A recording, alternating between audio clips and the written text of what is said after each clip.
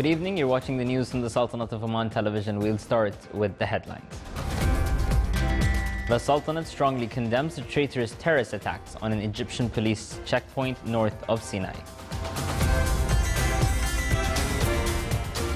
His Excellency, the Secretary General of the Gulf Cooperation Council countries, stresses that the GCC leaders approved recommendation of economic unity. And to assess the outputs of the higher education system, the Ministry of Higher Education will start the Graduate Survey 2017 from the 15th of January.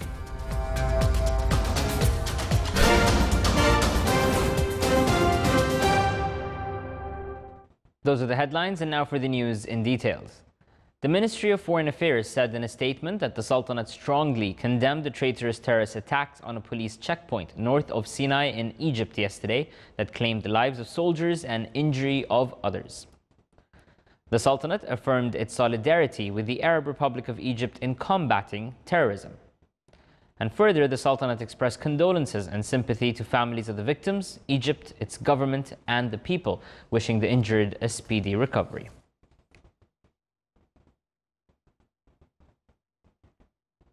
The 24th of December every year was assigned as a day of statistics for the Gulf Cooperation Council countries. This was announced at the GCC Statistical Center in Muscat by His Excellency Dr. Abdul Latif bin Rashid Al Zayani, Secretary General of the GCC. It came as an implementation of the recommendations by the Ministerial Council of the GCC countries in its 41st round in Manama City in Bahrain. The allocation of the day came to embody the importance of statistical information in drawing public policies, supporting GCC decision-making and plans and programs for comprehensive development in the GCC countries that enhance the growth and prosperity of the society.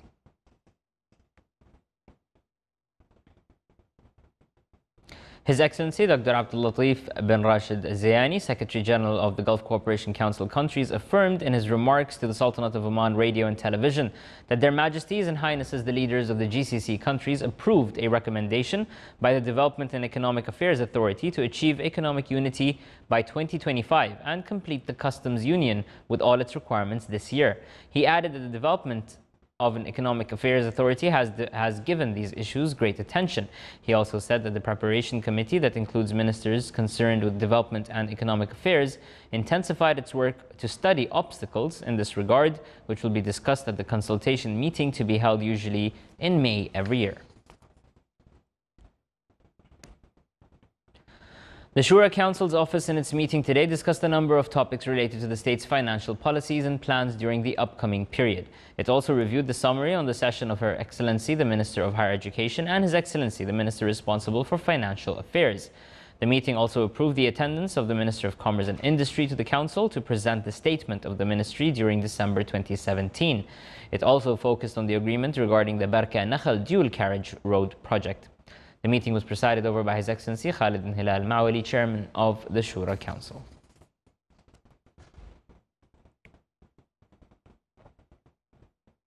A press conference was held at the Ministry of Higher Education's headquarters to shed light on the Graduate Survey 2017.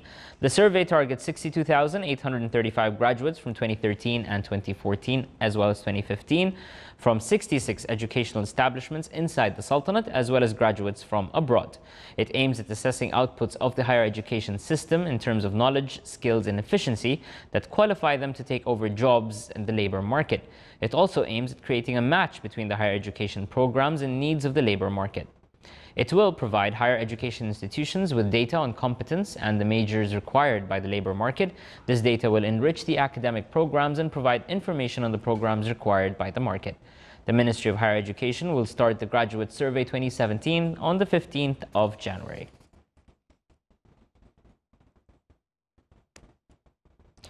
The number of dropout students represented 7% of the total number of students at higher educational institutions.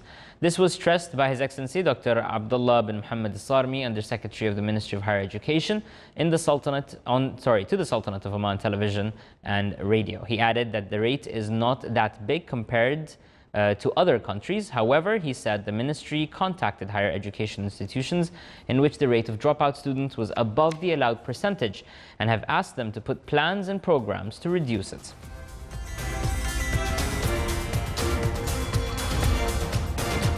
And still to come in our news bulletin, a discussion session entitled Omani Creations, Reality and Hope focuses on improving the upcoming editions of the Omani Creations exhibition.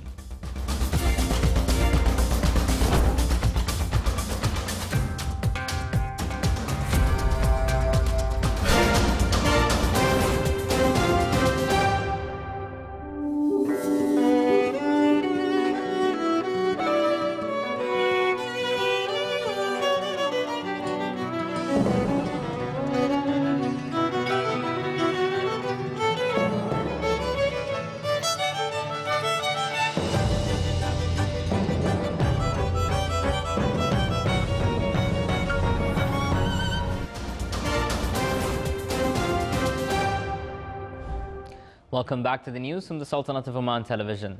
His Excellency General Sultan bin Mohammed bin Omani, Minister of the Royal Office, received His Excellency Mark Sivers, Ambassador of the United States of America, credited to the Sultanate. During the meeting, they exchanged cordial conversations and reviewed the march of good relations binding both countries to serve their joint interests.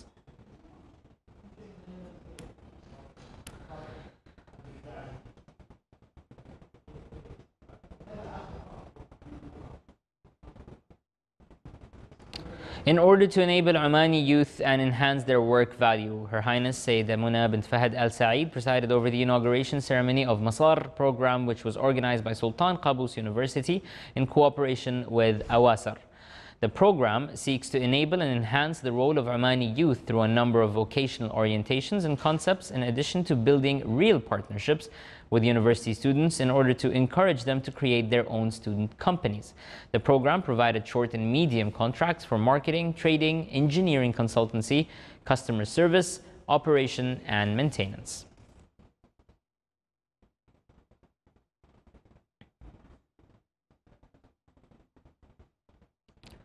The financial and management challenges facing the construction sector in the Sultanate after the decline in oil prices topped the discussions of a conference entitled Construction Sector Needs an Upturn. It reviewed the future vision of this sector as well as the solutions to overcome the challenges. It also revealed that there are around 20,000 registered companies and institutions in construction which are inactive, in addition to another 20,000 institutions that practice hidden trade.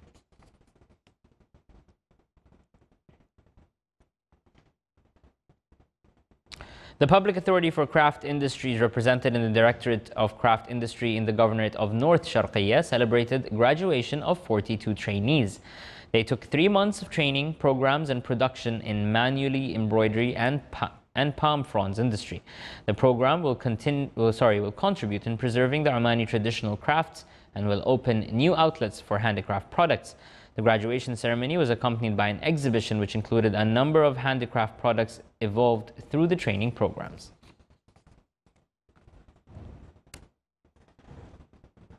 A discussion session titled Omani Creations, Reality and Hope came out with an extended period of Omani Creation exhibition for 5 more days in addition to training the participants at the exhibition. The session was held to discuss suggestions to improve the upcoming versions of the exhibition, in addition to reviewing the challenges being faced by the organizers and the participants.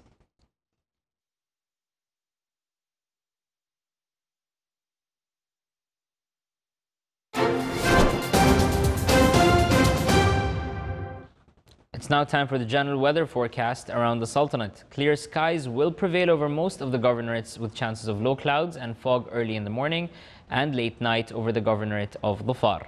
Winds will be easterly to southeasterly light to moderate. Seas will be slight with a maximum wave height of 1 meter.